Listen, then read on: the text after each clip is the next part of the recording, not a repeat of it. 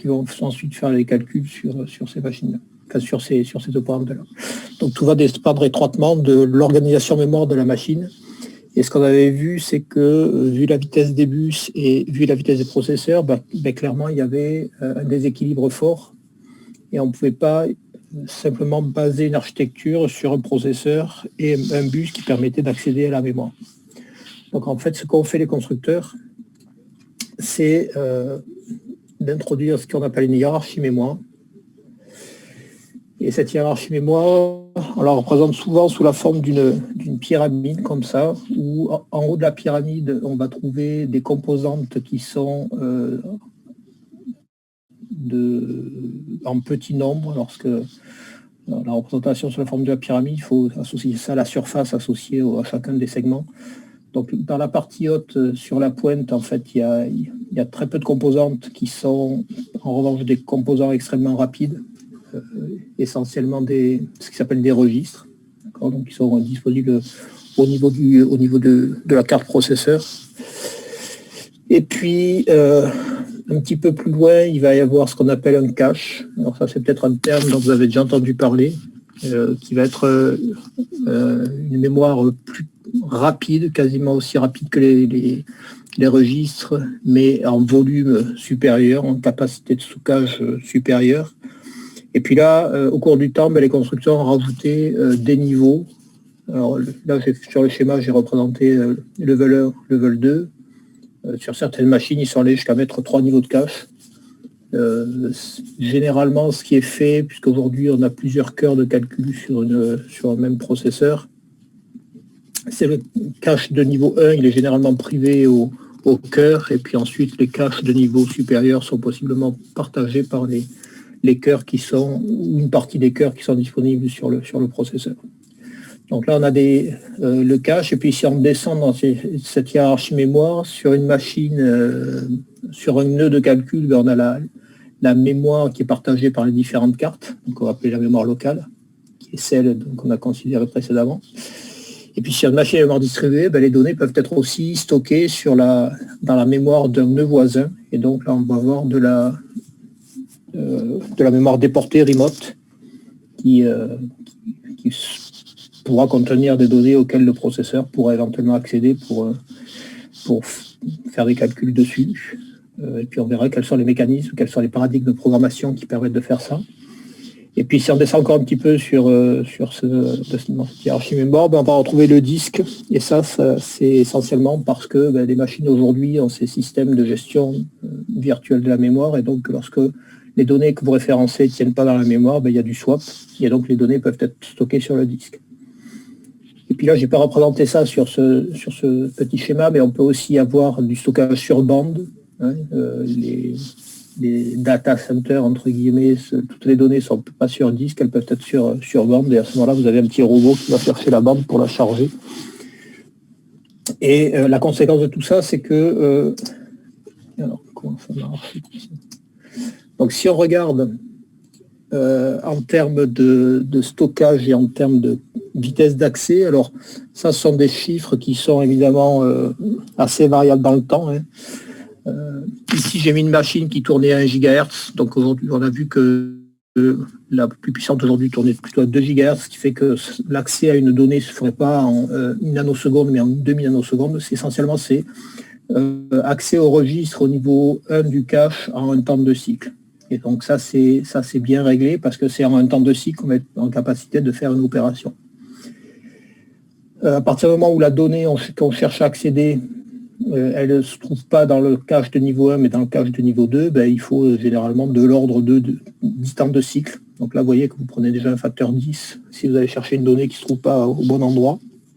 Et puis plus vous éloignez du sommet, plus ça va coûter cher pour aller accéder à la donnée, jusqu'à de l'ordre de la seconde, donc ça fait 10 milliards de fois plus, si on veut accéder à une donnée qui est sur le disque. Alors évidemment, tout ça, il y a une loi de conservation, et si vous accédez rapidement à la donnée, c'est que en fait, elle peut être stockée dans un espace de faible dimension. Alors pourquoi de faible dimension ? Parce que les caches de niveau 1 et 2 sont réalisés dans des technologies hardware qui sont sophistiquées et donc chères. Donc c'est pour ça qu'on en trouve faible quantité. En revanche, lorsqu'on s'éloigne du sommet de la pyramide et de cette hiérarchie, on va avoir de plus en plus d'espace de stockage. Et là, ce sont juste des ordres de grandeur. Donc, on a quelques centaines d'octets, voire de kilo-octets au niveau des registres. Et puis plus on s'éloigne, plus c'est important. Et lorsqu'on arrive sur les disques ou sur les bandes, c'est quasiment infini. Alors, la question et le problème auquel on va être confronté maintenant, c'est lorsque le processeur ou les processeurs vont faire des calculs, ils vont accéder à des données qui se trouvent forcément soit dans le cache de niveau 1, soit dans les registres. Et il va falloir qu'il y ait une stratégie pour placer les données qui se trouvent a priori dans la mémoire, qui est un espace d'adressage généralement sur 32 ou 64 bits, dans des caches des mémoires de plus petite dimension, et du coup qu'on va adresser en utilisant des adresses mémoire plus courtes, quoi. Et là, il va falloir avoir des stratégies dites de placement pour savoir où est-ce qu'une donnée dont on connaît l'adresse mémoire va être localisée dans le cache. Alors, qu'est-ce qui se passe encore là ?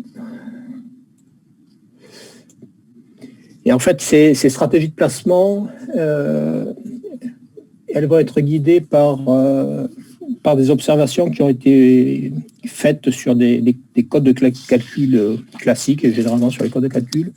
Et en fait, ces codes de calcul, ils exhibent des propriétés dites de localité de référence mémoire. Et ces propriétés de localité, en fait, elles sont de deux natures. La première, qui est une localité temporelle, qui dit que lorsque votre code de calcul accède à une donnée, il y a une très forte probabilité que dans un futur proche, votre code de calcul accède à une donnée voisine. Et puis, il y a ce qui s'appelle... temporel, c'est lorsque vous accédez à une donnée, il y a une forte probabilité que dans un univers proche, vous accédiez à nouveau à cette donnée. C'est une localité dans le temps. Et puis, il y a la localité spatiale, qui est ce que vous avez dit en ne me trompant initialement, c'est que lorsque votre code de calcul accède à une donnée, il y a une forte probabilité que dans un avenir proche, eh bien, vous accédiez à une donnée voisine. Alors, juste pour faire un lien avec ce que vous voyez en BE, TP, je ne sais pas trop comment on l'appelle ça, on va regarder un petit peu à quoi ça correspond, enfin, comment est-ce que ça se caractérise sur l'exemple que vous avez traité en BE. Donc en BE, ce que vous faites, c'est, vous vous souvenez ce que vous faites ? On fait un produit matriciel. En BE, vous allez regarder quelque chose. Alors, est-ce que j'ai le bon truc là ? Oui, je pense. En BE, on fait ça.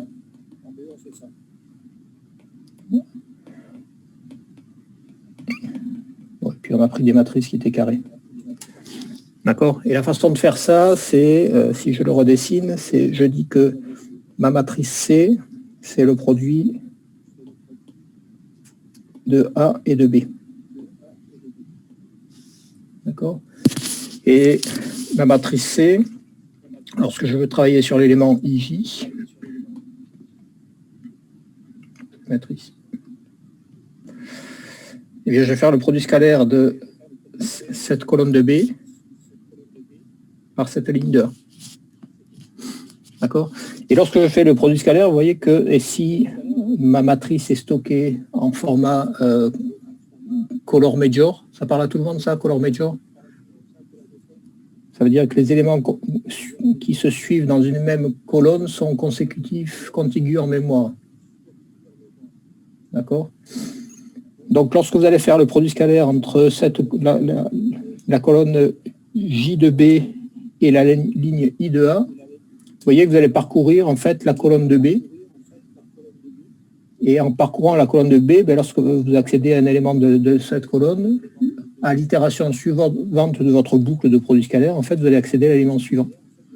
Et ça caractérise cette propriété de localité spatiale des références qui dit que lorsque vous accédez à une donnée, il y a une très forte probabilité que dans un futur proche, vous accédiez à une donnée voisine. Donc ça se caractérise ici sur ce produit scalaire. Et ça se caractérise aussi si, lorsque vous faites vos boucles pour calculer toutes les composantes de C, ben vous calculez les composantes de C colonne par colonne, parce qu'une fois que vous avez fini de calculer cette colonne-là, enfin cet élément-là, IJ de C, vous allez calculer l'élément I plus 1J, qui lui aussi est contigu en mémoire. D'accord? Et là, la localité temporelle des références mémoire, ici, peut s'observer aussi, puisque justement, lorsque je calcule l'élément CIJ, je vais accéder à l'intégralité de la colonne J de B, et lorsque j'ai calculé l'élément C de I plus 1J, je vais à nouveau accéder à l'intégralité de la colonne de B. D'accord? Donc ça c'est une caractérisation de l'accès de la localité temporelle des références. Il y a des questions là-dessus? On y reviendra peut-être tout à l'heure. Alors, est-ce que j'ai un truc? Voilà. Et donc, ces propriétés des codes de calcul, en fait, les constructeurs et les designers de machines ont essayé de les exploiter pour anticiper. Ça donne de l'information sur des stratégies ou des heuristiques pour anticiper les accès mémoire, de sorte que on va pouvoir charger en mémoire des données avant que le processeur n'en ait réellement besoin. Et du coup, lorsqu'il en aura besoin, ben, ces données se retrouveront dans les parties hautes de la mémoire. D'accord? Donc, ce dont on va parler maintenant va chercher à exploiter de façon étroite ces différentes propriétés, et c'est ce qui devrait assurer au code de s'exécuter rapidement. Alors, sur des machines, aujourd'hui, on retrouve deux techniques qui exploitent ces propriétés-là. La première, c'est ce qui s'appelle l'entrelacement mémoire. Et puis la deuxième, c'est tout ce qui est gestion de cache, et donc gestion des chargements de cache au cours d'un calcul. Alors, vous le savez peut-être, mais la mémoire d'un ordinateur, elle n'est pas en fait constituée d'un bloc monolithique de silicium, mais elle est composée de ce qu'on appelle des bancs mémoire, qui sont vous pouvez voir ça comme des barrettes, mais c'est pas tout à fait ça, mais donc c'est composé en fait de composantes indépendantes de mémoire, et puis vous en rajoutez autant que vous pouvez, ou dans tous les cas, autant que votre budget le permet. Et donc là, j'ai fait un petit exemple où ma mémoire, elle est composée de 4 bancs, et on va se poser la question pour un vecteur A de longueur quelconque, comment est-ce qu'on va définir le mapping des éléments de ce vecteur A sur les différents bancs mémoire. Donc là, vous avez deux options possibles. La première qui est représentée ici, où en fait on va commencer par stocker, où on stocke des éléments contigus du vecteur, correspondant en fait à des éléments donc contigus en mémoire. On va les stocker sur des bancs différents. La solution alternative, quelle était-elle?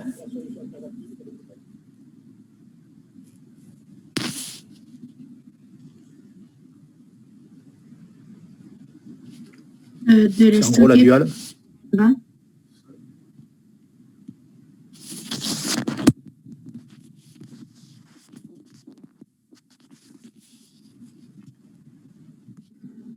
Plutôt que de stocker les éléments en parcourant mes bancs mémoire successivement, j'aurais pu stocker tous mes éléments sur le banc 1. Et puis ensuite, quand le banc 1 était plein, je commençais à les remplir sur le banc 2. Alors, il se trouve que pour savoir laquelle des deux est a priori la meilleure, il faut peut-être rentrer un peu plus en détail sur le fonctionnement d'un banc mémoire. Donc, en fait, un banc mémoire, c'est rien d'autre que, de façon assez macroscopique, c'est rien d'autre qu'un condensateur. Donc ça, vous avez dû faire les circuits LRC, ou je ne sais plus comment on les appelle. Donc c'est un condensateur qui se charge et qui se décharge. En fait, qui se décharge essentiellement lorsque vous allez accéder à un banc mémoire qui va vous délivrer un signal pour vous dire quelles sont les entrées qui sont à 0, quelles sont les entrées qui sont à 1. En fait, vous allez vider le condensateur, et donc il faudra un certain temps pour que le condensateur se recharge et soit en capacité à vous délivrer à nouveau un signal qui correspondra à la description de la donnée que vous cherchez à accéder. D'accord. Donc maintenant, connaissant cette spécificité ou cette caractéristique physique de la mémoire, laquelle des deux options vous paraît la plus pertinente? Celle qui est représentée ici ou celle qui permet, qui consisterait à stocker tous les éléments contigus d'un vecteur sur le même banc de mémoire jusqu'à ce que ce banc de mémoire soit complètement plein. Celle qui est représentée, non? Je pense que vous n'avez pas votre micro actif. Là, vous m'entendez pas? Pardon? Vous m'entendez ou pas? Oui. Ah, mais C'est assez loin, mais... Ah, mince, pourtant, je parle pas. Je sais pas, je dirais celui qui est représenté, non? Parce qu'après, si une fois qu'on a accédé à A1, le banc il se décharge et on a un moment avant d'accéder au deuxième élément, il vaut mieux qu'on les...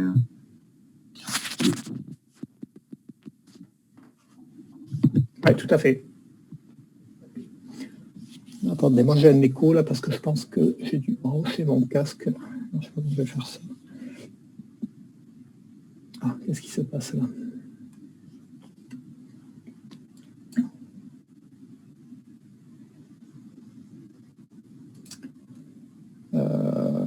Bon, j'ai Monsieur Bill Gates qui m'a planté le Microsoft, le PowerPoint. Donc donc vous avez raison, c'est exactement la solution qui est représentée qui est la bonne.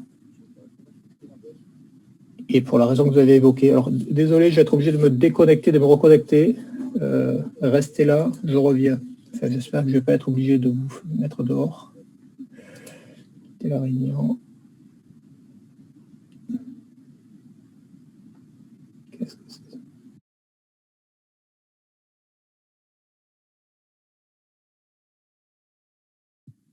Vous m'entendez sinon, vous? C'est moi juste qui... Moi, je t'entends normal. Il m'a fait partir, Clément. Terrible.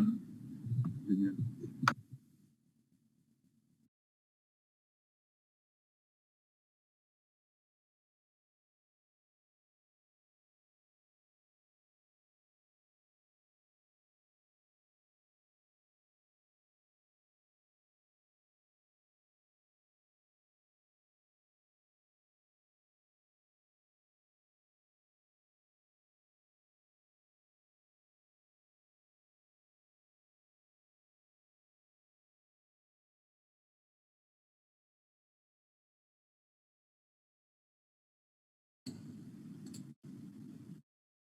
Ok, je suis de retour, vous m'entendez?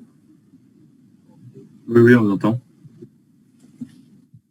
Alors, je ne comprends pas pourquoi ça sort pas sur le casque, ce truc-là. Bon, on va essayer de faire ça, mais c'est pas terrible. Alors, je relance mon PowerPoint.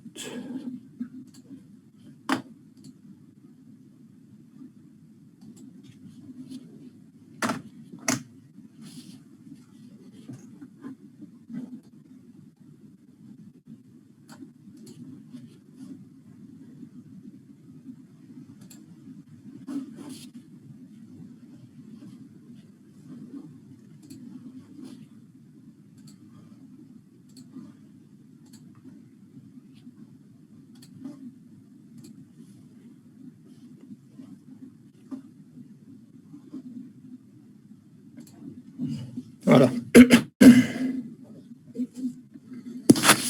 Donc effectivement, la bonne façon de mapper les données ou de représenter les données physiquement en mémoire, c'est cette solution-là qu'on appelle de l'entrelacement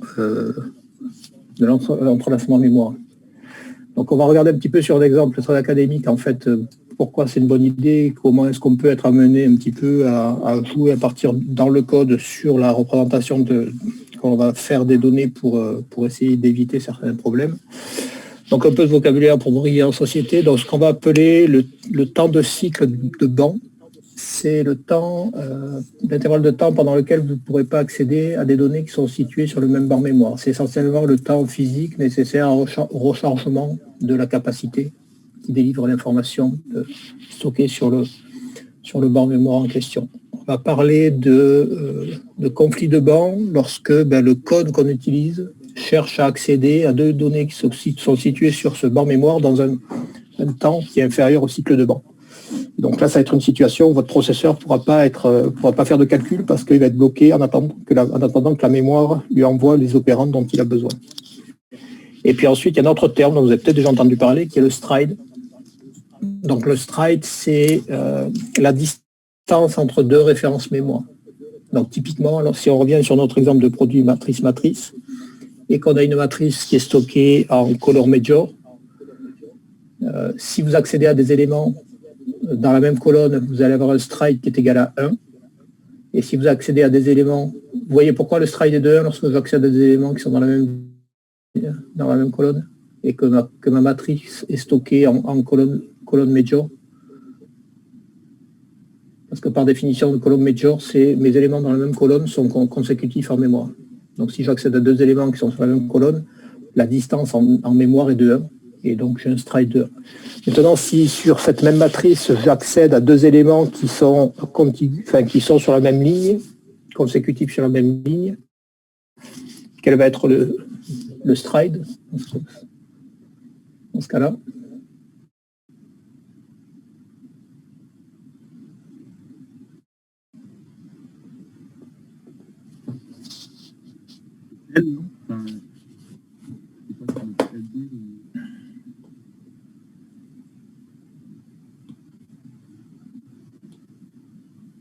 Le nombre de lignes qu'il y a. Pardon? Peut-être le nombre de lignes de la matrice. Oui, alors. C'est affreux, j'ai eu le retour sur l'ordinateur et pas dans le casque. Donc ça, si supposons que ce soit ma matrice A, d'accord, qui est stockée colonne major, ça veut dire que les éléments sont contigus comme ça en mémoire. Mon espace à deux dimensions, je le parcours comme un espace à une seule dimension. Donc si j'accède à deux éléments qui sont dans la même ligne, dans la même colonne, effectivement, j'ai un stride de 1. Si maintenant, j'accède à deux éléments qui sont contigus sur la même ligne, là, vous voyez que le stride, c'est en fait le déplacement mémoire qui me permet de venir d'ici. Le problème, c'est que je n'ai pas eu mon endroit. Je crois que je vais le mettre là, mais il faut que je le mette à côté. Le déplacement mémoire, il correspond à tout ça. Et ça, c'est effectivement le nombre de lignes. Alors ça, c'est le nombre de lignes, c'est une quantité qui est logique, qui dit ma matrice A, elle est composée d'un certain nombre de lignes, d'un certain nombre de colonnes. Mais en mémoire, ma matrice A, en fait, elle peut être représentée dans un objet qui est plus large. Et en fait, cet espace entre deux éléments, enfin cette distance mémoire entre deux éléments consécutifs sur la même ligne, c'est ce qu'on appelle la leading dimension.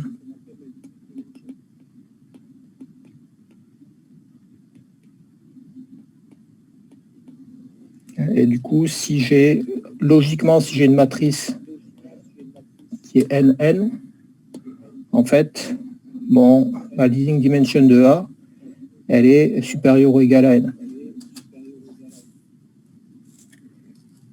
OK. Et là, vous pouvez ensuite écrire un code dans lequel vous avez réservé un espace mémoire pour stocker une matrice qui est de dimension LDA par LDA, et puis logiquement de travailler que sur une matrice qui est plus petite. Ce qui veut dire que si vous travaillez sur si LDA est strictement supérieur à N, d'accord, ben ça veut dire que votre code, en fait, vous allez allouer tout ça en mémoire. Et logiquement, votre code, lui, ne va travailler que sur une sous-partie qui sera de taille N par N.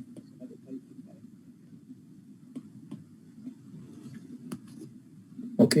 Et on va voir plus tard que des fois, là, on peut jouer avec ce genre de choses pour essayer d'améliorer les performances du code. Et c'est la raison pour laquelle, dans le code C qu'on vous a donné, on distingue bien les deux quantités. La quantité qui permet d'allouer la mémoire, qui est cette leading dimension, et puis la quantité logique qui permet de décrire une matrice de dimension NM, qui sont donc deux variables dont les valeurs sont inférieures ou égales à la leading dimension.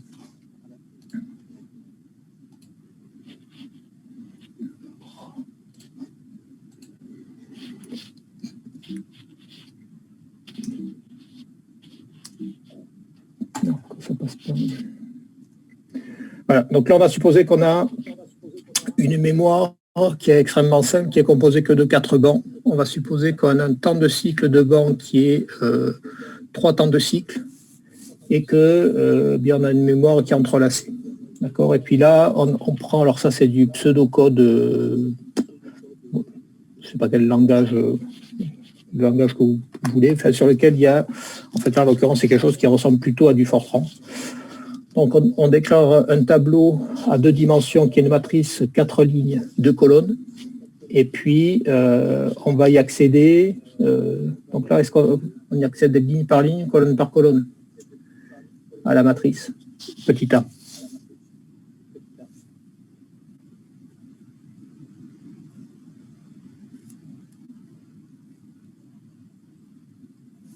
Ouais, je pense que vous n'avez pas votre micro bien. Colonne par colonne, non? Ouais. On fait, vu que l'indice qui varie le plus rapidement, c'est celui de la boucle intérieure. Dans la boucle intérieure, on fait varier l'indice ligne, et donc on accède effectivement à la matrice colonne par colonne. Et là, on est sur donc en Fortran, les matrices sont stockées colonne par colonne, donc en fait, on va y accéder plutôt dans le bon sens. Donc ça, c'est la façon dont ma matrice est mappée sur mes 4 bancs mémoire. D'accord. Donc 2 éléments consécutifs en mémoire sont 2 éléments qui sont consécutifs dans la même colonne, et donc 2 éléments consécutifs dans la même colonne vont être stockés sur 2 bancs mémoire distincts. Et puis ensuite, je boucle comme ça sur mes bancs mémoire. Donc si on regarde maintenant au cours du temps, donc ici je vais représenter les 4 bancs mémoire, et puis ce que je vais avoir en bas, c'est le temps qui correspond à l'exécution de la boucle qui est représentée au-dessus. Donc, premier temps de cycle, enfin, la première fois que je rentre dans cette boucle, je vais accéder à l'élément A de 1, 1. D'accord. L'élément A de 1, 1, il se trouve sur le banc numéro 1. Et donc là, je vais accéder au banc numéro 1 pour chercher A de 1. Et puis, pendant 3 temps de cycle, qui sont représentés par ces 3 petits tirets, en fait, ma mémoire ne sera plus en capacité de me délivrer une nouvelle information qui est stockée sur le banc en question. D'accord. Donc l'indice de boucle, paire d'indices boucle suivant, je vais chercher à accéder à qui? À A de 1. A de 1 il se trouve être sur le banc numéro 2, donc en fait je ne suis pas ralenti. Je peux effectivement accéder à cette donnée-là puisqu'elle se trouve sur un banc mémoire différent. Bon, puis là vous voyez que l'histoire est écrite par avance, donc ensuite je vais chercher A3.1, A3.1 sur le banc de mémoire. Et puis la fois d'après, j'ai besoin de A4.1, il est encore sur notre barre mémoire. Et maintenant, j'ai fini d'exécuter ma boucle I pour 1 à 4. Donc, j'ai changé la valeur de l'indice de boucle extérieure. J'ai passé à J égale 2 et I égale 1. Et donc là, je vais vouloir accéder à A de 1, 2. Et A de 1, 2, il se trouve être sur le banc mémoire numéro 1. Et il se trouve que le banc mémoire numéro 1, en fait, il a eu le temps de se recharger parce que j'ai accédé à tous les éléments de la colonne, et du coup, je vais pouvoir accéder à A de 1, 2 sans attendre. OK. Donc là, dans cette boucle-là, j'ai un stride qui est de 1, et il me faut, si je compte le nombre de temps de cycle, il m'a fallu 8 temps de cycle, donc CP, c'est pour clock période. Il m'a fallu 8 temps de cycle pour exécuter cette boucle-là. Juste accéder aux éléments de 1. Maintenant, supposez que dans votre code, vous ayez besoin aussi d'y accéder par ligne. Monsieur? Oui. Juste, j'ai une question par rapport au tableau. Parce que vous avez dit que les éléments ils étaient stockés par colonne, sauf que dans un même banc, on a tous les éléments d'une même ligne. Du coup, quand vous voulez dire que les éléments ils sont stockés consécutivement par colonne, c'est qu'en fait, ils ne sont pas sur les mêmes bancs.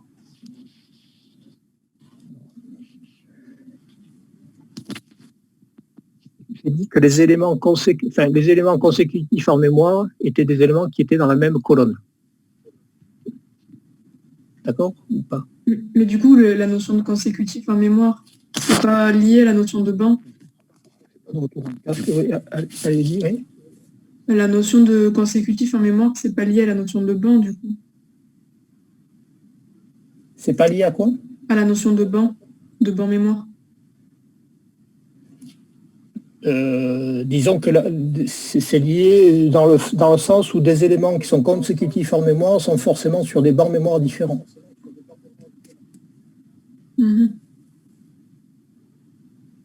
C'est pas clair? Non, je n'ai pas compris. Peut-être que c'est clair, mais j'ai pas compris. Ah, c'est encore planté mon truc là. Attendez. Je vais reprendre. N'hésitez pas quand il y a un truc qui n'est pas clair, très, très bien fait. Donc ici, ce que j'ai dit, c'est que physiquement, la mémoire, elle était représentée par différents, enfin, elle était composée de différents bancs mémoire, d'accord, et que pour des raisons de technologie, en fait, on allait stocker des éléments qui sont contigus en mémoire, enfin qui sont contigus dans l'espace d'adressage plutôt, donc qui ont des adresses voisines.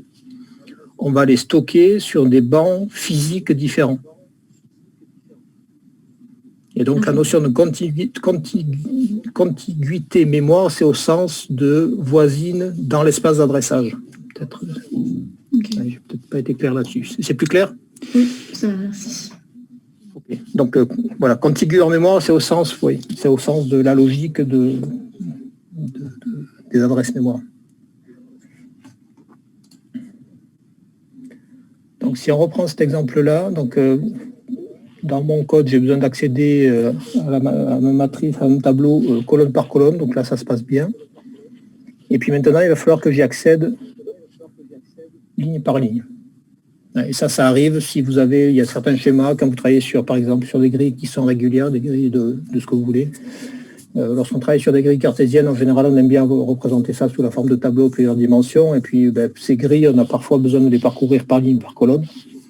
Et du coup, on est possiblement confronté à cette situation-là. Donc si maintenant on reprend ce même exemple que précédemment et on regarde ce qui se passe lorsque j'accède à mon tableau ligne par ligne. Donc première référence mémoire, c'est toujours la même, j'accède à A2, 1. Et dans la boucle suivante, enfin la prochaine référence mémoire, en fait, je vais avoir besoin d'accéder logiquement à l'élément A2, 1, 2, puisque maintenant j'accède ligne par ligne. Parce que A212 est également stocké sur le banc numéro 1, en fait, je ne vais pas pouvoir, le processeur ne va pas pouvoir y accéder tout de suite. Il va être obligé d'attendre 3 temps de cycle avant d'avoir effectivement accès à l'opérand dont il a besoin.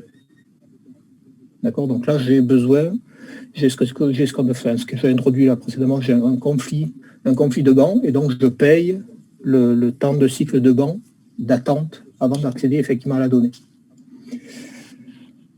Bon, j'ai fini la première boucle en J, donc je passe à I égale 2, J égale 1. Là, je vais accéder à l'élément de 1. D'accord? Je commence la ligne suivante, et puis dans la ligne, j'accède à ma matrice par ligne, donc maintenant je vais essayer d'accéder à A222. Et A222, encore pas de bol.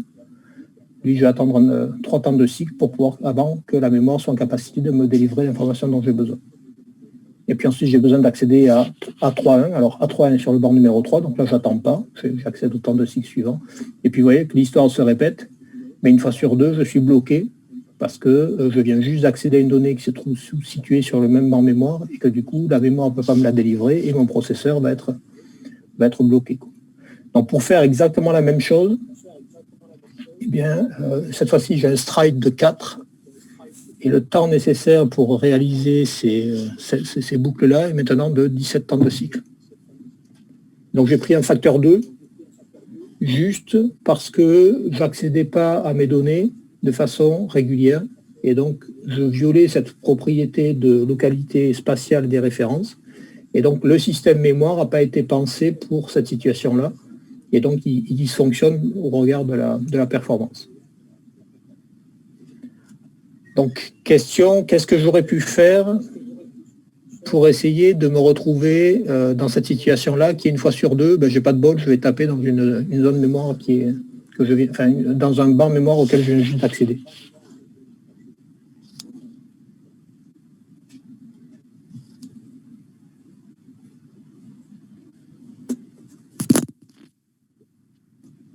Quelle pourrait être une solution pour éviter ce problème-là?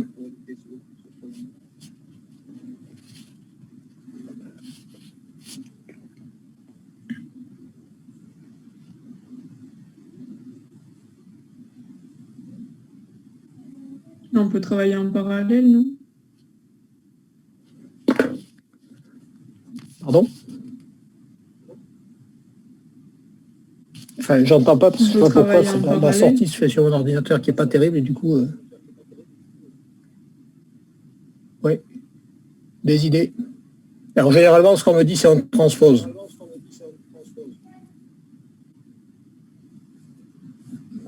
Mais transposer, c'est pas une bonne solution parce qu'il faudrait effectivement accéder à l'intégralité de la matrice pour la transposer et donc on payerait les temps de cycle de la même façon.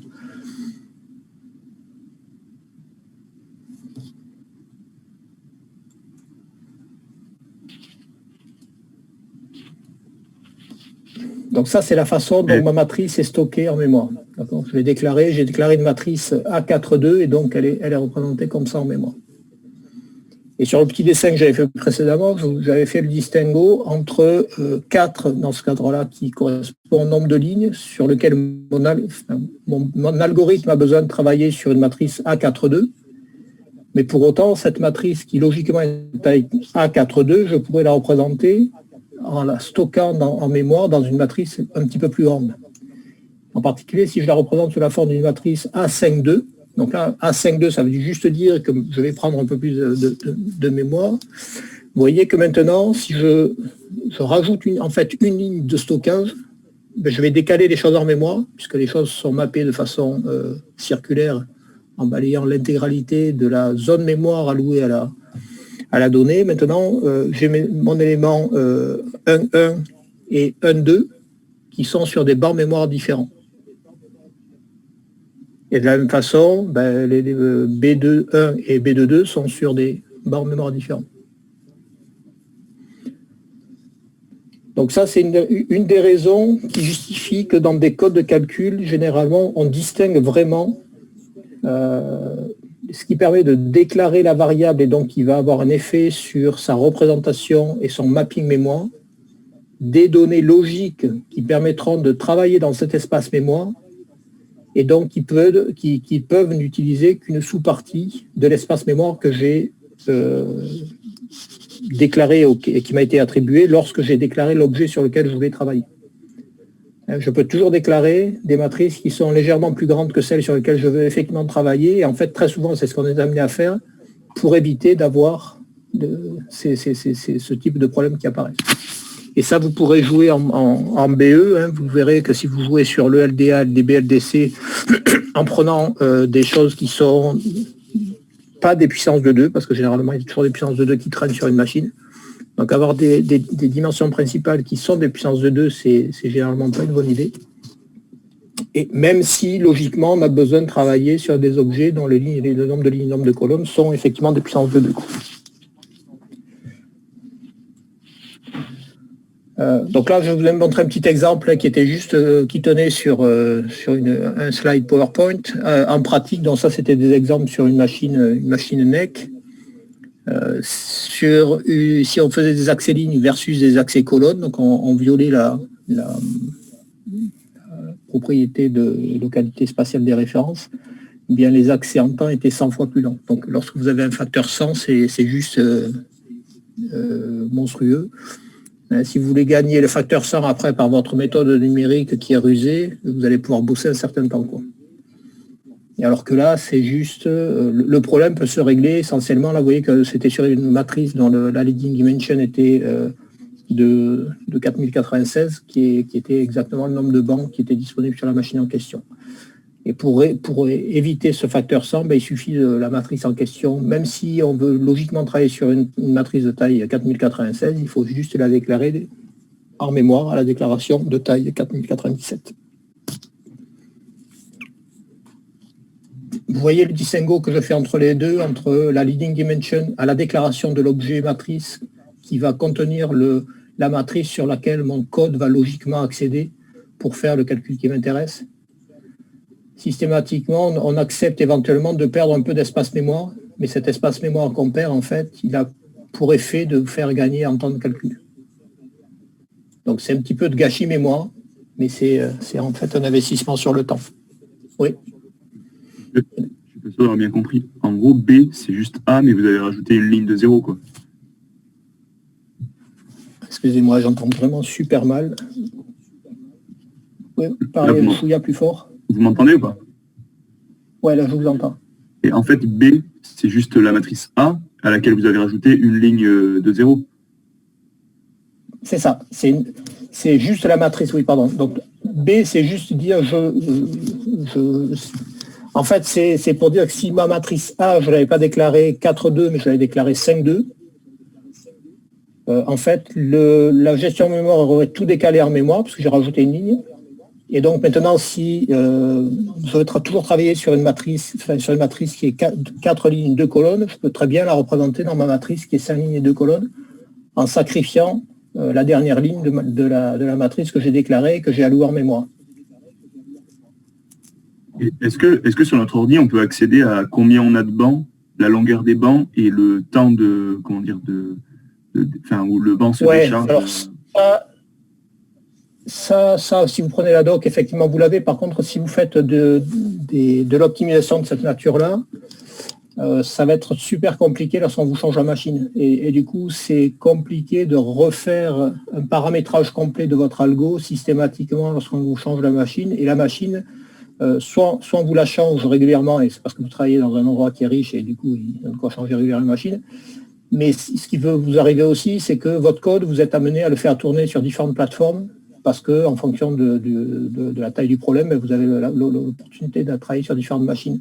Donc ça, c'est ce genre d'optimisation, en général, on ne les fait pas, parce qu'elles sont pas pérennes. Par contre, il y a ces espèces de règles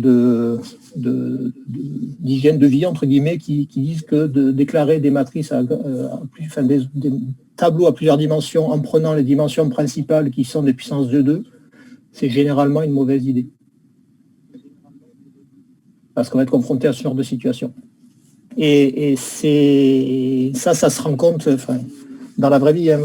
Moi, dans ma vie antérieure, j'avais bossé dans un labo où il y avait une équipe qui développait des outils de combustion. Ils utilisent des schémas qui s'appellent des schémas compacts, qui sont d'ordre très élevé en espace. Et donc, ils ont besoin, pour leur schéma, de représenter ça sur des grilles cartésiennes qui sont des puissances de 2. Il y avait un code qui avait été livré à des collègues qui utilisaient le code en question pour faire leur simulation et comprendre leur physique. Généralement, la façon dont ça se passe, c'est que les gens demandent des allocations d'heures sur différentes plateformes de calcul. Ils avaient fait leur premier calcul avec la nouvelle version du code et ils avaient des temps qui étaient extrêmement lents. Et donc, ils sont venus dire, nous, cette année, on a demandé 10 millions d'heures. Si le code ne tourne pas plus rapidement, on ne pourra pas faire la moitié des expés qu'on devait faire. Et en fait, ce dont on s'est aperçu, c'est qu'ils avaient effectivement besoin de grilles qui sont des puissances de 2, mais ils avaient effectivement déclaré leur grille en mémoire avec cette puissance de 2. Et donc, on leur a dit, reprenez votre code. Là, juste à la déclaration de la variable, vous augmentez juste pour ajouter une ligne qui vous servira à rien. Ils ont juste recompilé en modifiant juste un digit dans le code et ils ont récupéré un facteur 50. Donc, ça peut avoir quand même des effets énormes, ces choses-là. Donc, après les analyser finement, effectivement, ça demande de rentrer dans vraiment les détails de l'organisation mémoire pour les maîtriser complètement. Mais la règle générale, c'est qu'utiliser des puissances de 2 dans les dimensions principales des tableaux, lorsqu'on a des tableaux à plusieurs dimensions, ce n'est pas de bonne idée. Parce que quelque part, on va avoir une puissance de 2 qui va traîner sur l'organisation de la machine qui potentiellement va être compliquée, qui va être conflictuelle en tous les cas avec la performance. OK. Donc ça, c'est un premier exemple, donc l'entrelancement en mémoire. Et aujourd'hui, en fait, on a aussi de plus en plus des machines avec ce qu'on appelle un cache. Donc un cache, c'est juste une mémoire avec de plus petites dimensions. Donc en fait, qu'on va pouvoir adresser avec des adresses plus courtes, donc moins de bits. Et sur le cache, en fait, on va avoir là aussi un petit peu de jargon. Donc, on va parler de ligne de cache, qui est en fait l'unité de transfert entre la mémoire et le cache lorsqu'on aura besoin d'accéder à une donnée qui ne se trouve pas dans le cache. Parce que le mécanisme est le suivant. Lorsque vous accédez, votre code fait une référence à une variable. En fait, ce qui va se passer, c'est que le hardware va regarder si la référence mémoire en question est disponible ou pas dans le cache. Si elle est disponible dans le cache, elle va la monter sur le processeur, dans le registre du processeur qui va pouvoir travailler. Et si la donnée n'est pas présente dans le cache, il va y avoir un mécanisme mémoire qui va faire une requête mémoire qui va permettre d'aller chercher la donnée en mémoire et la charger dans le cache, de sorte que le processeur puisse y accéder. Et donc là, lorsque on va faire une référence à une donnée qui ne se trouve pas dans le cache, on va dire qu'il y a un défaut de cache. Puisque le cache va être en capacité de nous donner l'information dont on avait besoin. Et parce que généralement, on a cette propriété de localité spatiale des références, en fait, les mécanismes font que plutôt que d'aller juste chercher la donnée qui nous manquait, on va chercher en fait un bloc de données qui sont contiguës en mémoire. Et ce bloc de données qui sont contiguës en mémoire, c'est ce qu'on va appeler une ligne de cache. Et une ligne de cache, aujourd'hui, c'est 8, 16 ou 32 réels en double précision. Parce que l'essentiel des calculs se font dans cette... Et donc là, l'idée de la ligne de cache, c'est essentiellement mon code exhibe, enfin les codes exhibent des propriétés de localité spatiale. Donc à partir du moment où il me manque une donnée, je vais probablement accéder à des données voisines dans un avenir proche. Et donc plutôt que d'aller juste chercher la donnée qui me manque, j'ai cherché la donnée qui me manque et les données voisines. Et du coup, je vais amortir le temps d'accès à la mémoire. Et ensuite, on a un autre problème sur les caches, c'est que le cache étant de plus petite dimension, on va pouvoir donc y accéder en utilisant des adresses plus courtes. Et surtout, il va falloir qu'on soit en capacité de stocker n'importe quelle donnée dans le cache. D'accord ? Donc, il va falloir qu'on ait une fonction qui nous permette de faire la correspondance entre l'adresse dans la mémoire principale et puis l'adresse dans la mémoire cache. Alors là, il y a différentes stratégies qui ont été développées. La première qui est ce qui s'appelle le direct mapping, qui consiste en fait à regarder juste une partie de l'adresse de la donnée qui est référencée et de considérer cette sous-partie comme l'adresse de la donnée, l'adresse de la mémoire cache qui peut contenir cette donnée. D'accord ? Donc, supposez que vous ayez une mémoire qui s'adresse sur 32 bits, que vous ayez un cache qui est juste de longueur 2. Alors 2, c'est peut-être un peu excessif, mais 4.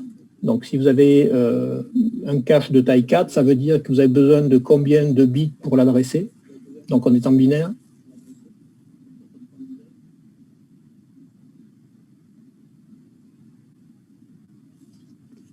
Vous avez combien de 0 et de 1 pour représenter 0, 1, 2, 3? 2. Oui. Si vous avez un cache de taille 4, en fait, vous avez besoin que de 2 bits pour l'adresser, puisqu'avec ces 2 bits, vous allez pouvoir représenter tous les entiers entre 0 et 3, c'est bien un intervalle de longueur 4. D'accord, donc si j'ai un cache de longueur 4 et que j'ai des adresses sur 32 bits, bien pour une donnée dont je connais l'adresse, mémoire, avec le direct mapping, il me suffit de prendre deux digits consécutifs pour définir son adresse dans le cache. Alors la question, c'est maintenant quels sont les 2 bits que je vais considérer. Est-ce que ce sont les bits de poids fort, c'est-à-dire les premiers bits de l'adresse qui vont engendrer des forts déplacements en mémoire, ou les bits de poids faible qui vont me permettre de balayer en fait la face qui correspondent en fait à des données qui sont voisines dans l'espace d'adressage.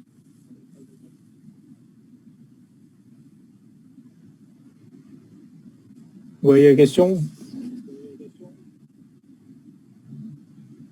Ok, alors attendez, je vais prendre, on va le dessiner.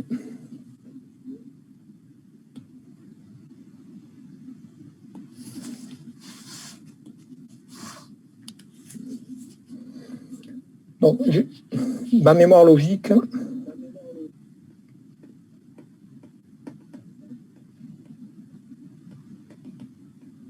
supposons qu'elle est adressable avec 32 bits. Donc, lorsque je prends l'adresse d'une variable, en fait, elle est définie par une séquence de 32, 0 et 1, etc. Ça, c'est ce qu'on appelle, et donc, si elle est de longueur 32, si j'appelle ça les éléments θ de i, enfin, adresse de i, la mémoire complète, ça va être, celui-là, il va être, donc ça va être θ 32 de puissance 31, plus l'adresse complète, θ de 31 fois 2 puissance 30, etc. Donc ça va me donner en fait un entier représentant base 2 qui va me définir la location en mémoire de la variable petit a. OK? Donc ça, c'est ce qu'on appelle les bits de poids fort. Ici, ça, ce sont les bits de poids fort quand on attaque l'adresse de ce côté, puisqu'ils sont devant les puissances élevées de 2. Et puis, ici, on a ce qu'on appelle les bits de poids faible.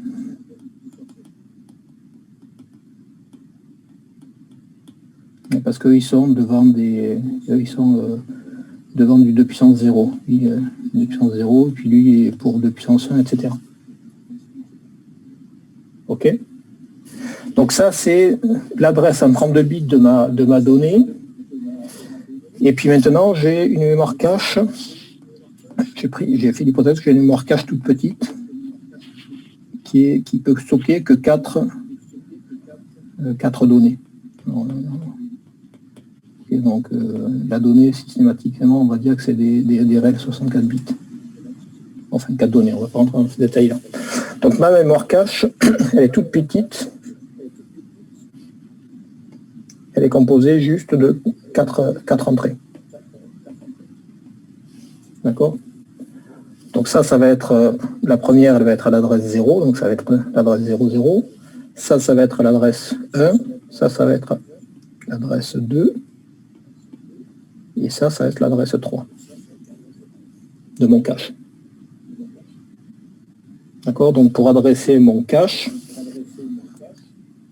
j'ai en fait besoin que de, donc l'adresse dans mon cache, j'ai besoin que de 4 digits, quoi. Et la question est comment est-ce que je fais la correspondance entre l'adresse mémoire d'une donnée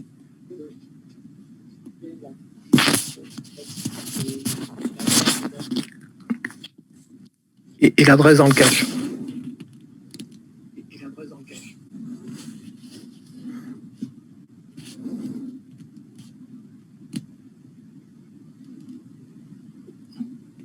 Donc si j'utilise le direct mapping, j'ai un retour sur... Ben, soit vu que j'ai besoin que de 2 digits, soit je prends ces 2 digits-là.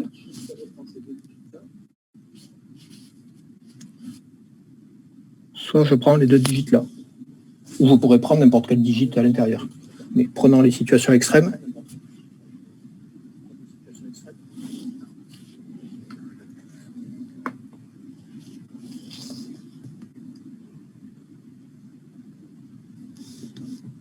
Donc d'après vous, quel est le meilleur choix?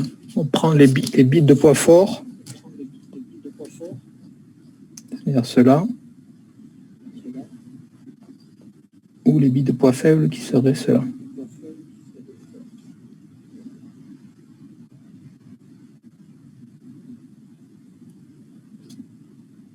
Alors, supposons que mon code vérifie la propriété de localité spatiale des références. Donc, ce qui veut dire que maintenant, je vais dire que cet élément A, là, c'est un A de K, c'est un élément de vecteur. Quelle est l'adresse de l'élément suivant qui serait A de K plus 1? Donc, c'est une variable qui est voisine en mémoire, donc voisine dans l'espace d'adressage. En termes d'adresse, elle va être différente sur quel bit? Sur les bits de poids fort ou sur les bits de poids faible?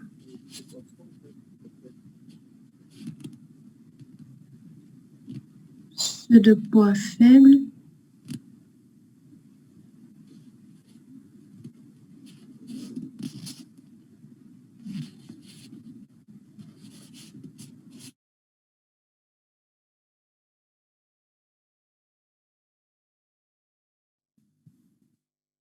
C'est un coup dur.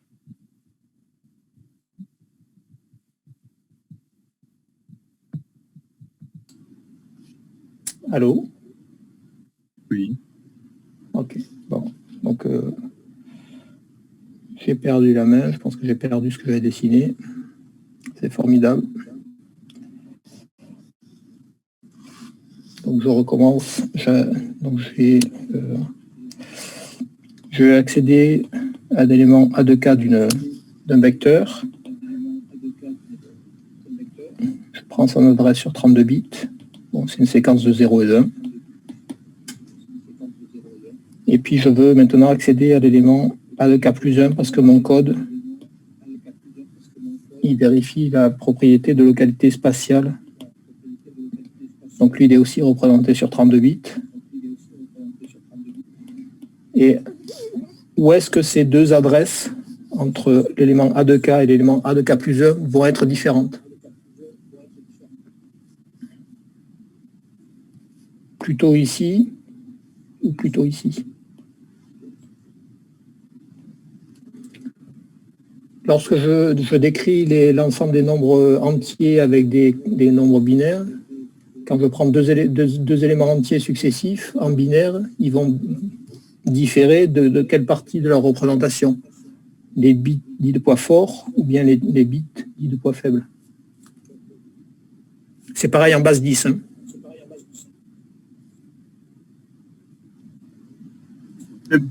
Si vous êtes plus à l'aise avec en base 10, si je prends 1000 et que je prends l'élément entier suivant, c'est lui. Et donc là, de la même façon, ici, dans base 10, ça c'est mes bits de poids fort. Et puis ça, c'est mes bits de poids faible.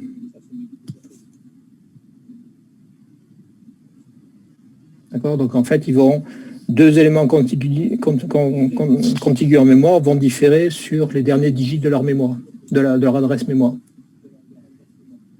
Et du coup, si on veut définir une correspondance faire maintenant mapper ces éléments-là sur un cache qui est de taille juste 4, eh bien on va plutôt prendre, si on fait du direct mapping, on va regarder juste les deux derniers digits de leur adresse mémoire pour définir l'adresse. Pourquoi ça fait ça maintenant?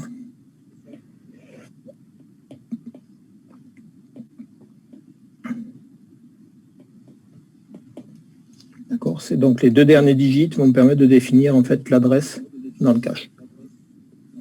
Et on prend plutôt les deux derniers digits et non pas les deux premiers, parce que si on avait pris les deux premiers, deux éléments qui sont contigus en mémoire ont en fait la même séquence de premiers digits mémoire, de représentation mémoire. Et du coup, un code qui satisferait cette propriété de référence spatiale, elle serait pénalisée par ce choix-là de mapping de adresse mémoire versus adresse dans le cache. OK. Ah, il y a des questions là. Ah, ok, très bien. Ouais, désolé, je n'ai pas lu. Je n'avais pas vu qu'il y avait la conversation, mais ce qui avait répondu, donc les réponses étaient bonnes. Alors, si je reviens maintenant sur... Donc, la première solution, c'est cette solution qui est extrêmement simple, qui consiste à regarder juste les deux derniers digits de l'adresse globale d'une variable pour connaître son adresse dans le cache. Donc, ça, c'est le direct mapping. Et puis, le nombre de digits dont on a besoin pour adresser le cache, ça dépend de sa taille, forcément. Et ça, vous voyez qu'un inconvénient de ça, c'est que des données, si par exemple j'accède pour des raisons X ou Y à des données qui sont voisines en mémoire, mais qui ont les mêmes séquences de digits de poids faible, en fait, ces données vont systématiquement être stockées toujours au même endroit dans le cache. Donc là, je ne vais pas avoir une bonne couverture de mon cache. Donc j'ai un mécanisme qui est extrêmement simple, mais qui est sous-optimal en capacité d'utiliser l'intégralité de la surface du cache. Donc ce qui a été développé aussi, c'est en fait une solution qui va chercher à corriger ce défaut-là et qui s'appelle un cache qui est fully associatif, qui dit que une donnée dont on connaît la référence mémoire peut se situer n'importe où dans le cache. Et donc il n'y a pas de correspondance prédéfinie, il n'y a pas une fonction simple, comme dans le cas précédent, pour définir les correspondances mémoire. Et le mécanisme va autoriser à stocker la donnée en fait n'importe où dans le cache, ce qui va permettre en fait de toujours travailler avec un cache plein de données qu'on vient d'utiliser. Et la question à laquelle le problème avec lequel on est confronté, c'est que vu qu'on va remplir le cache de données dont on a besoin, au moment où le cache va être plein, et il va falloir faire un choix sur quel est l'espace du cache que je libère pour venir stocker la donnée dont j'ai besoin maintenant. Donc on va avoir besoin de ce qu'on appelle une stratégie de remplacement. Et donc, qu'est-ce qu'on va pouvoir utiliser comme stratégie de remplacement? Alors, je vous donne son petit nom, qui est LRU. Et non, il faut savoir ce qui se cache derrière cet acronyme.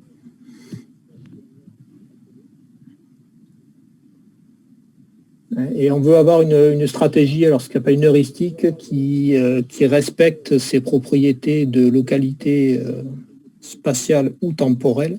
Donc, la première, le direct mapping, elle satisfaisait, elle marchait bien pour des références, pour des localités spatiales.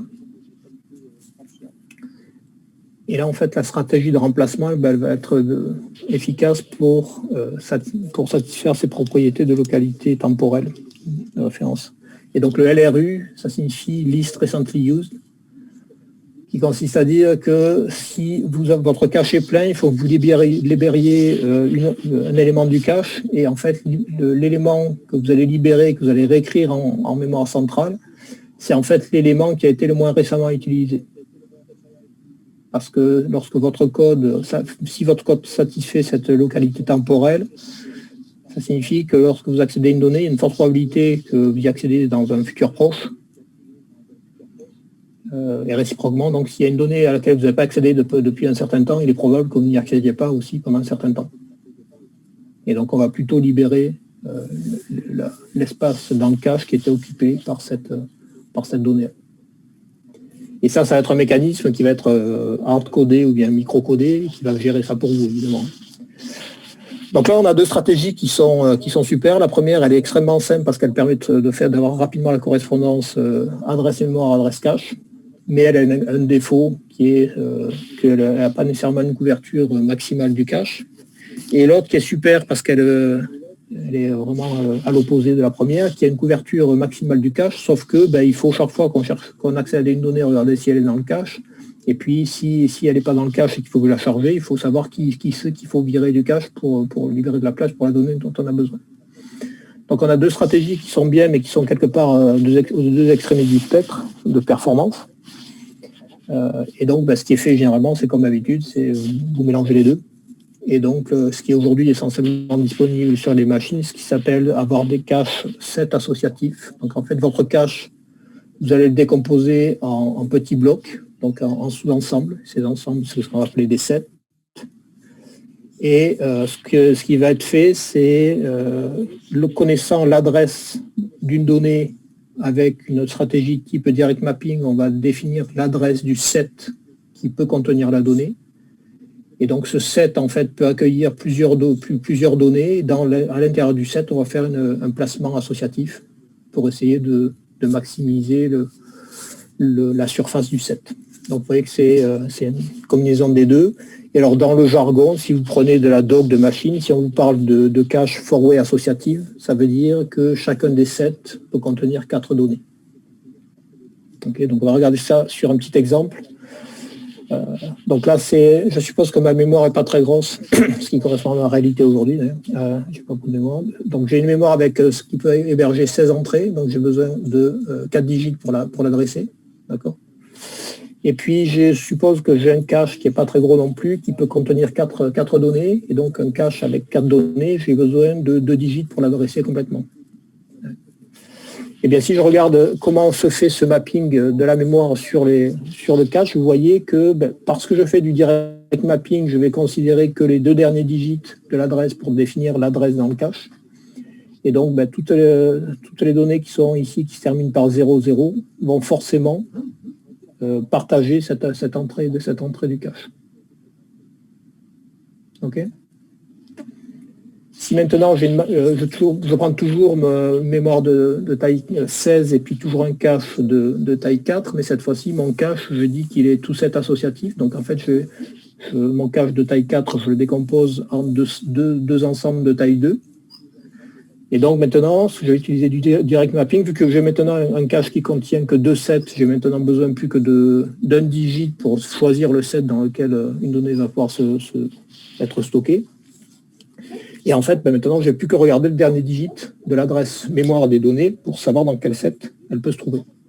Et puis à l'intérieur du set, je vais faire un placement associatif, c'est-à-dire que si j'ai de l'espace libre, je vais stocker dans la donnée dont j'ai besoin dans la place libre du set. Et puis lorsque le set sera plein, et que j'ai besoin à nouveau de stocker une donnée dans ce set-là, je vais utiliser cette stratégie list recently used pour définir quelle est la partie que je vais rapatrier en mémoire pour stocker la donnée dont mon calcul a besoin. D'accord ? Alors on va regarder encore sur un petit exemple tout simple comment tous les impacts que tout ça peut avoir. Donc, alors ça c'est juste les 2 premiers termes, c'est pour briller en société.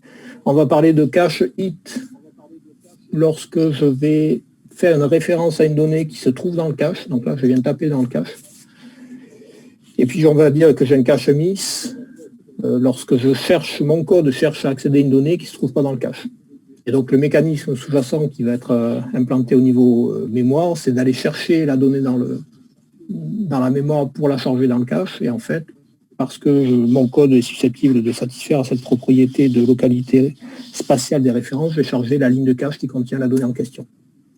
Alors typiquement, ça c'est ce qu'on avait vu sur la pyramide de la hiérarchie mémoire. Un cache miss, c'est de l'ordre de 10 temps de cycle. Et donc, c'est en gros 10 fois plus lent que avoir un cache hit. Alors, la raison pour introduire cette terminologie, c'est certes pour briller en société le soir, mais c'est aussi parce que si un jour vous êtes amené à faire de l'optimisation de code, en fait, il y a des outils que probablement vous n'avez pas encore utilisés, parce que déjà des outils plus basiques comme des debuggers, vous avez déjà utilisé ou jamais? Vous savez que ça existe? Enfin, je ne sais pas vous, mais moi en général quand j'écris un code, il y a toujours un peu des petites coquilles au début, donc pour les trouver, soit je fais du print coucou pour savoir où passe mon code et ce que valent les variables qu'il manipule. Donc ça c'est une possibilité qui marche plutôt bien quand on a un code qui fait quelques dizaines de lignes, ou quelques centaines, mais si un jour vous travaillez sur un code qui fait quelques milliers de lignes, c'est peut-être compliqué de mettre des print coucou dans les milliers de lignes et tout recompiler. En fait, il existe des outils qui s'appellent des debuggers qui vous permettent de lancer votre code et puis de l'exécuter soit pas à pas, soit en mettant ce qu'on appelle des points d'arrêt. Donc le code s'exécute jusqu'à ce qu'il atteigne une certaine ligne et puis à partir de cette ligne-là, lorsqu'il s'arrête, vous pouvez examiner le contenu des variables. Donc ça, c'est très pratique pour essayer de traquer un bug et puis de le faire de façon assez progressive et assez intrusive sans avoir d'a priori fort sur sa localisation. Donc il y a cet outil qui s'appelle un debugger qui permet d'avoir des idées sur les dysfonctions du code et puis les corriger. Et puis il y a d'autres outils aussi qui s'appellent des profilers, un peu comme dans les séries américaines, voire françaises maintenant, qui en fait vous permettent d'avoir une idée sur à l'exécution où est-ce que votre code passe du temps. Et le type d'information qui va vous renvoyer, alors il vous renvoie cette information soit subroutine par subroutine, soit fonction par fonction, soit il vous renvoie par bloc d'instructions, et si vous avez beaucoup de boucles, typiquement par bloc, par nid de boucles, quoi.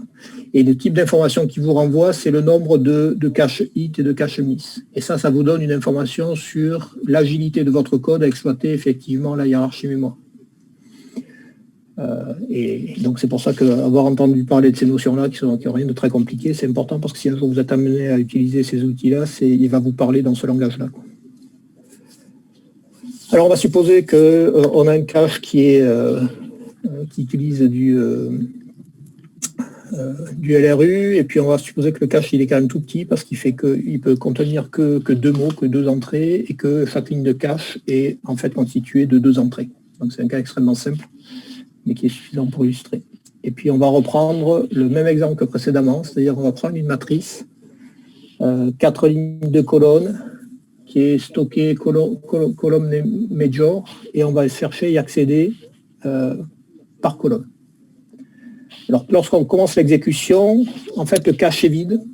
Donc ici la sémantique des couleurs et du souligné, le rouge signifie que j'ai un cache miss, Donc là, j'ai un cache miss parce que je démarre l'exécution de mon code, mon cache est vide. Donc la première référence mémoire que je vais faire, elle va se faire sur une donnée qui n'est pas présente dans le cache. Et puis, donc premier temps de cycle, première exécution de la boucle, je cherche à accéder à A211, qui est la variable qui est soulignée. Elle n'est pas présente, elle est en rouge. Et parce que je vais chercher la ligne de cache, en fait, dans le cache, je vais trouver A211, mais aussi A221, puisque je charge la ligne de cache complète. Paire d'indices boucle suivante, j'accède à ma donnée colonne par colonne. Donc je vais vouloir accéder à A221, donc maintenant A221 est souligné, et puis A221, là j'ai un cache hit, puisque A221 a été chargé lorsque j'ai voulu accéder à A211 qui est contenu dans la même ligne de cache que A221. OK?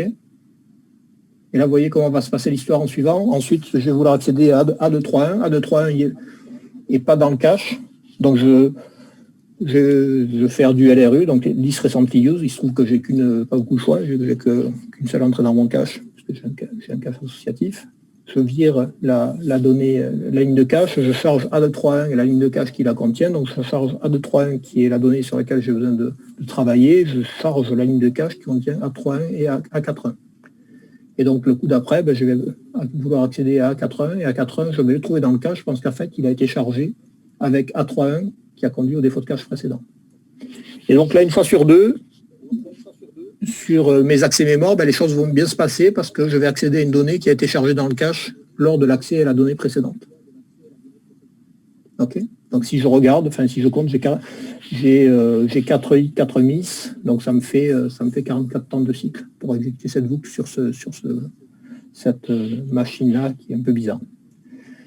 Maintenant, je fais la même chose, mais mon algo a besoin d'accéder aux éléments ligne par ligne. Donc l'histoire commence de la même façon. Donc je vais chercher à accéder à A211. A211 n'est pas présent dans le cache, et donc j'ai un miss sur A211. Je charge la ligne de cache qui contient A211, donc je charge A211 et A221. Et puis, vu que j'accède maintenant à la ligne, le coup d'après, je vais avoir besoin d'accéder à A212. A212 ne se trouve pas dans le cache, donc je vide le cache pour charger la ligne de cache qui contient A212, et je fais mon calcul. Et puis le coup d'après, j'ai besoin d'accéder à A221, puisque j'accède maintenant par ligne, que j'ai que deux éléments sur ma ligne, et je vais chercher A221. A221 n'est pas dans le cache, donc je vais libérer la ligne de cache pour aller chercher la ligne de cache qui contient A221. Et là, vous voyez que pas de bol, parce que A221, je l'avais juste avant. Juste avant, j'avais A221. Je l'ai vidé pour venir à chercher A212. Et maintenant, je vais aller rechercher à nouveau A221, qui était pour autant présent dans mon cache le coup d'avant. Et puis là, je vais avoir souvent pas de bol, parce que j'ai passé mon temps en fait à aller chercher des données de la mémoire dans le cache, alors que les données, à l'instant précédent, je les avais effectivement dans le cache, mais je ne les ai pas utilisées. D'accord? Donc là, en fait, je me prends que des miss. Et donc à l'exécution, là j'ai un stride de 4, et à l'exécution, je vais exécuter en 80 temps de cycle, je vais le faire en 44 temps de cycle, pour cet exemple-là qui est tout bête, mais qui la sémantique est exactement la même, je ne balais pas ma mémoire de la même façon, et vous voyez qu'en termes de temps de calcul, ça a un prix qui est significatif. D'accord? Et là, ça illustre à nouveau que si j'ai pas mon code ne respecte pas cette propriété de localité spatiale des références, l'organisation en mémoire sous-jacente n'est pas prévue pour être efficace dans ce cadre-là, et donc mon exécution sera beaucoup plus lente. OK? Alors en pratique, c'est un peu plus compliqué que ça, parce que généralement, on a des caches qui sont plus gros, et puis mais en pratique, on peut voir ce genre de comportement. Donc ce qui est représenté ici, c'était un code de mécanique des fluides qui a été développé par une compagnie européenne leader du marché qui est implantée à Toulouse, qui était un code qui était utilisé pour faire de la mécanique des fluides. Et en fait, c'est donc qui résout les équations de Navier-Stokes, c'est pour faire des géométries compliquées, c'était basé sur ce qui s'appelle des approches multi-blocs, donc qui consiste en fait à mailler une partie de l'espace avec des maillages cartésiens déformés. mais pour garder localement des structures régulières comme le type maillage cartésien. Et donc, ça, ce qu'on représente ici, c'est la performance en mégaflop lorsqu'on fait varier la dimension du petit cube sur lequel est fait le calcul. Et vous voyez qu'en fonction de la dimension du cube, on pouvait avoir des performances qui étaient proches de 600 mégaflops. Et puis si on augmentait le cube juste d'une cellule de calcul supplémentaire, on chutait à 100 mégaflops. D'accord. Donc là, on avait un comportement en termes de performance qui était assez erratique en fonction de la dimension. Alors c'est assez erratique, mais malgré tout, il y a de la structure dans le signal de perf. Là, vous voyez que les pics ici sont équidistants, qu'ensuite vous avez des pics secondaires, puis entre les pics secondaires, vous avez des pics secondaires, etc. Donc là, il y a quand même une structure dans ce signal-là. Et donc je vais vous expliquer d'où ça vient. Si vous ne comprenez pas, vous posez des questions. Si après les réponses, vous n'avez pas compris, ce n'est pas super grave. Le message ici, c'est que si dans votre vie future, un jour, vous faites des analyses de perf et vous tombez sur un truc qui ressemble à ça, ayez le réflexe d'aller voir votre collègue informaticien spécialiste de la machine pour lui dire ce comportement-là, il est certainement lié à des effets d'accès mémoire. Est-ce que tu peux me le regarder pour me dire qu'est-ce qu'il faut que je change pour corriger ce défaut-là? Et alors là, je peux vous demander, je vais vous expliquer comment on a fait, mais donc ça, c'est la situation initiale. Et après avoir un peu travaillé, on arrive à cette chose-là. Et là, vous voyez que vous avez un comportement qui est quand même beaucoup moins dépendant de la taille du problème et que les variations qu'on a ici, c'est essentiellement des variations liées à des bruits de mesure et donc à la charge de la machine au moment où on fait l'expérimentation. Et là encore, pour passer de cette situation-là à celle-là, ça a été essentiellement joué sur la dimension principale des tableaux qui étaient manipulés. Ce qui veut dire que, en théorie, il suffisait de modifier juste la déclaration des variables sur lesquelles le code faisait ses calculs. Et alors je dis en théorie parce que il se trouve que ce code-là, c'est un code qui avait été redéveloppé, c'est un code qui avait été développé en C++. En C++, je ne sais pas si vous avez déjà fait de C++, mais en gros, vous avez la même fonctionnalité en enrichi du C, c'est pour ce que vous appelez C++, mais vous avez notamment l'allocation dynamique de la mémoire. Et donc, les gens qui avaient travaillé avec des langages où on figeait la mémoire à la compilation se sont retrouvés soudainement avec cette liberté d'allouer de la mémoire au moment où vous en avez besoin. Et ce qui est fait, ils ont eu une approche qui était complètement logique, qui était de systématiquement n'allouer que ce dont ils avaient besoin. Et donc, ils confonder les deux notions que j'ai introduites précédemment, qui est cette leading dimension, qui est la dimension de la structure de données qui doit héberger le tableau sur lequel vous avez travaillé, de la donnée algorithmique, qui est la taille du tableau sur lequel votre algorithme a besoin de travailler. Vous voyez le distinguo entre les deux? Et donc, ils avaient confondu les deux, et du coup, ils avaient qu'une seule variable pour représenter les deux choses, la partie logique et la partie allocation mémoire.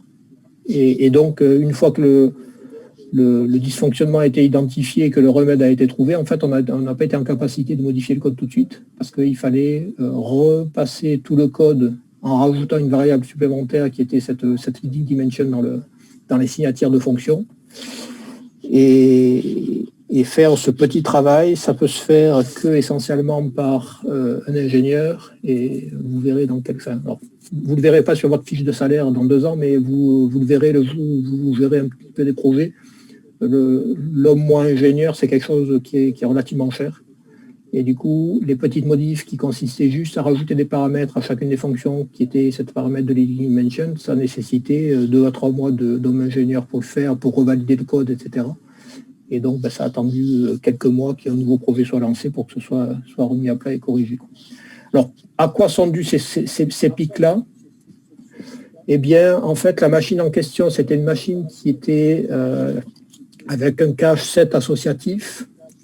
Et ce qui se passe sur une machine qui est avec un cache 7 associatif, c'est, eh bien, ici, vous voyez que si j'ai un cache tout est associatif, ça veut dire que mes caches sont de taille 2. Eh bien, les données qui sont distantes en mémoire d'un stride qui est un multiple du nombre de de 7 dans le cache sont forcément dans le même set. OK. Donc ici, j'ai là, j'ai un cache qui est composé de 2 sets. Et bien, toutes les données qui sont distantes en mémoire d'une distance 2 seront forcément stockées dans le même set parce qu'elles auront le même bit de poids faible. OK. Et donc, ce qui se passait sur le code qui avait ce comportement vraiment pas bon, eh bien, ça se dessine assez facilement, enfin, je pense. Donc c'est un code mécanique des fluides. Mécanique des fluides, ce que vous voulez représenter généralement sur ce qui avait été le choix qui avait été fait. Donc c'est un grand tableau qui avait autant de lignes que de cellules de calcul. D'accord. Et puis sur chacune des lignes, on avait les quantités physiques qui étaient représentées, associées à la cellule. Donc en mécanique des fluides, si on est en 3D, ben on va avoir stocké le champ de vitesse, donc les composantes de la vitesse, Y, V, Z. Et puis, généralement, on a la température, et puis on a une quantité quantité de densité. D'accord. Donc, par cellule, on avait 5 variables, pardon. Et puis, la façon dont le calcul était fait, ben, c'était un truc qui était relativement simple. C'était for i égale 0, i inférieur à n Bessel. Donc, je balayais toutes mes cellules. Et puis, je faisais mon calcul de mise à jour. Je faisais Vx de i égale blabla, Vy de i égale blabla, etc. Et donc, j'updatais toutes les quantités associées à la cellule en question. Donc, je faisais Vi, Z de i, et puis T de i. Et puis rho de i. OK. Et ça, c'était sur une machine qui était four-way associative. Ça veut dire que chacun des sets était de taille 4. Donc, c'est mon cache. Il est composé d'un... Alors, je vais mettre dans une autre couleur, parce qu'on voit la couleur facilement. Mon cache, il était forcément plus petit que... Vous pouvez pas tout... Enfin, que le nombre de cellules. Et puis, donc, il était composé de 7. Et puis ces 7 étaient de dimension 4. Et lorsque j'avais un nombre de cellules qui était un multiple du nombre de 7, ce qui veut dire que 2 éléments contigus sur la même ligne allaient être stockés dans le même set du cache. D'accord. Donc je commençais mon calcul, j'accédais à V de 1. Donc je chargeais Vx de 1 pour faire le calcul sur Vx de 1, et puis du coup, je chargeais la ligne de cache qui correspondait. Donc je chargeais si mal, donc je dirais qu'elle est juste de longueur 2 pour éviter de faire un dessin trop long, mais donc j'accédais à toute la ligne de cache, je la chargeais dans la ligne de cache. Je chargeais toute la ligne de cache dans des sets différents. Je faisais le calcul de Vx de 1. Puis ensuite, l'instruction suivante faisait le calcul de Vy de 1. Vy de 1 n'était pas dans le cache, je venais le chercher ici. Et puis je chargeais la ligne de cache qui correspondait. Puis le coup d'après, j'ai besoin de calculer Vz de 1. Et donc ça, je suis dans la situation où mon nombre de cellules est un multiple du nombre de sets de mon cache. Puis après, j'allais chercher T de 1, faire le calcul de T de 1. Et puis je chargeais la ligne qui correspondait. Et puis maintenant, mon cache est plein, ma ligne de cache est plein, et j'ai besoin de calculer ρ de 1. Donc j'ai besoin de calculer ρ de 1, et donc ρ de 1, il faut que je le charge dans le cache, et ρ de 1, il faut qu'il rentre dans le premier set. Donc il faut que je vienne le mettre quelque part ici. Donc là, ma ligne est pleine, il faut que je décide qui est-ce que je vire, et je vais virer, parce que j'utilise du list recently used, je vais virer la variable qui a été le moins récemment utilisée. Et donc là, dans cette séquence Vx, Vy, Vz et T, celle qui a été la moins récemment utilisée, c'est qui?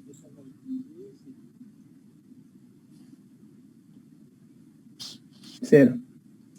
D'accord? Donc, je vais libérer l'entrée du cache qui est occupée par Vx de 1 parce que c'est la donnée qui a été la moins récemment utilisée. Donc, hop, elle, je vais la basculer la réécrire en mémoire, et je vais venir stocker ici row de 1.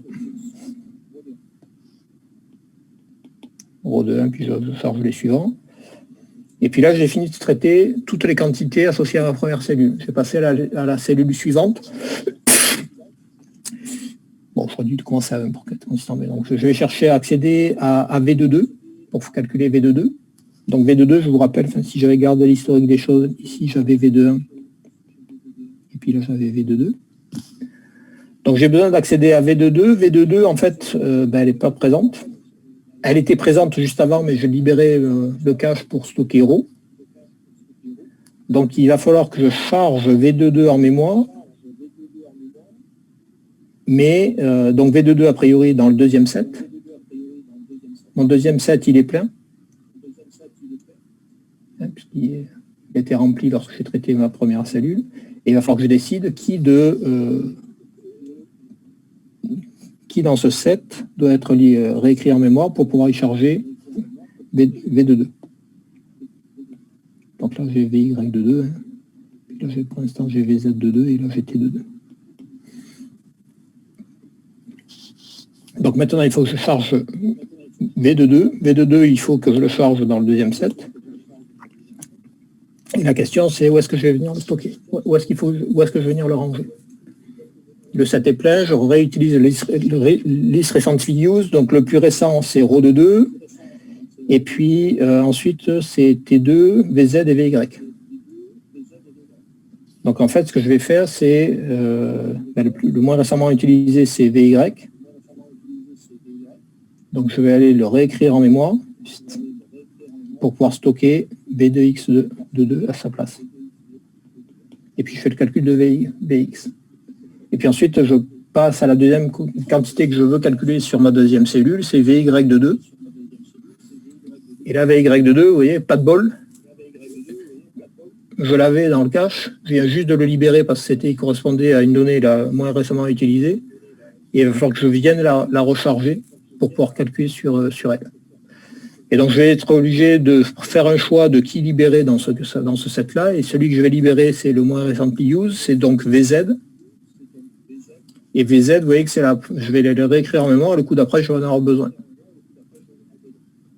Donc là, je suis rentré dans une espèce de schéma où je vais passer mon temps à libérer un espace dans le cache pour pouvoir y stocker la donnée sur laquelle je vais calculer. Je vais libérer en fait du cache la donnée à laquelle je vais accéder normalement sur le calcul suivant. Et c'est très précisément ce qui explique. Donc vous avez une question, vous voyez le mécanisme là qui se met en place qui fait que je passe après mon temps à marcher sur les pieds, donc libérer du cache, virer du cache la donnée que je vais recharger le coup d'après. Et ça c'est parce que j'ai ici ce nombre de cellules qui est un multiple du nombre de 7.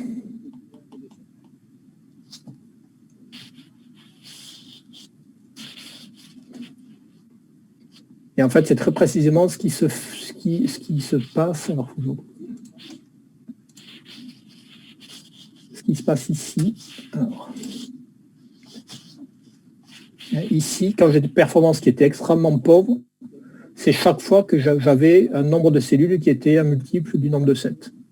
Et c'est pour ça que ça se répète avec une période qui est fixe et qui est constante.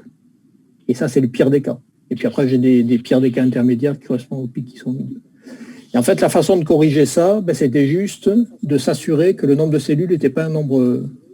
que lorsque le nombre de cellules... c'était surtout de s'assurer que de ne jamais déclarer la structure de données de sorte que le nombre de lignes qui allait permettre de stocker les informations sur les cellules soit pas un multiple du nombre de 7. Et du coup, on pouvait obtenir des performances qui ressemblaient à ça. Donc là encore, pour passer de la situation très chaotique à cette situation-là, a priori, il fallait juste changer une ligne dans le code, qui était la ligne qui permettait d'allouer en mémoire les données sur lesquelles, d'allouer en mémoire la structure dans laquelle on allait stocker les données sur lesquelles notre algo allait travailler. Donc là encore, ça suppose de déclarer un tableau qui est légèrement plus grand que ce dont on a besoin. Donc on va quelque part gaspiller un petit peu de mémoire. Mais ce gaspillage mémoire, on en tire le bénéfice parce qu'on va avoir un temps de calcul qui va être largement supérieure. Et si on regarde les aspects énergétiques, alors ça je ne rentre pas dans les détails, mais avoir un calcul qui se passe rapidement, même si la mémoire consomme de la puissance électrique, ben là on peut en gaspiller un petit peu de puissance électrique pour alimenter la mémoire qui n'est pas utilisée, parce qu'on va la gagner largement sur l'énergie qu'on va utiliser pour opérer le calcul, quoi. Vous avez perçu certains éléments de l'explication de ces pics et de comment les enlever. Si vous n'avez pas tout compris du détail, c'est pas super grave. Et moi, je vous répète, il faut juste que si dans 2 ans, vous voyez des perfs qui ressemblent à ça, et qu'on vous dise, mais ça, c'est pas normal, faut me régler le problème pour que je sois toujours à puissance maximale, souvenez-vous que ça, c'est lié, ces patterns, là, c'est vraiment lié à des effets mémoire, et donc, allez voir votre collègue spécialiste de l'architecture, et puis travailler un petit peu avec lui pour lui expliquer ce que fait votre code, et puis il vous dira comment fixer ça pour éviter d'avoir cette situation-là et de vous trouver plutôt dans celle-là. Des questions par rapport à ça? Vous voulez faire une pause café ou on s'arrête plus tôt? Plutôt pause café? Oui. Ouais, je crois. Ok. Bon, très bien, moi aussi, je vais faire pause café. Bon, donc on reprend dans combien? 10 minutes?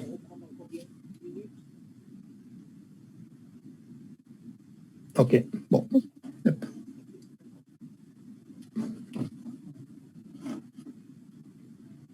À dans 10 minutes.